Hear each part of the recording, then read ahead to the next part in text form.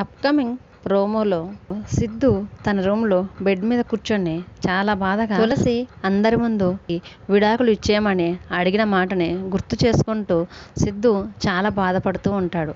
అప్పుడే రూమ్లోకి డోర్ తీసుకొని వచ్చిన తులసి సిద్ధు బెడ్ మీద బాధ కూర్చొని ఉండటం చూసి ఏమండి అని ప్రేమగా పిలుస్తూ ఉంటుంది.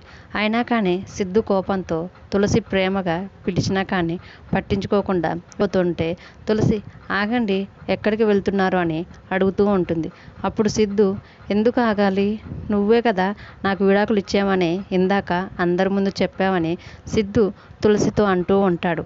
అప్పుడు తులసి ఇదేనా మీరు నన్ను అర్థం చేసుకుంది, నా మాటల్లో దాగి ఉన్న ప్రేమ మీకు అర్థం కాకపోతే నా కళ్ళల్లో కళ్ళు పెట్టి చూడండి అని అటువైపు తిరిగి ఉన్న సిద్ధుని తన వైపు తిప్పుకొని ఇద్దరు కలిసి కళ్ళల్లో కళ్ళు పెట్టి చూసుకుంటూ ఉంటారు.